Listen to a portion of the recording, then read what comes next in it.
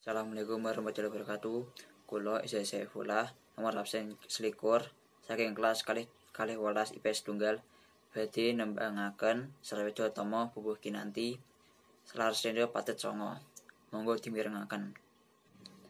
Mongko kanthi ning tumuwuh salami mung awas eling lukitaning alam dadi wiryaning dumati supadiner ing sangsaya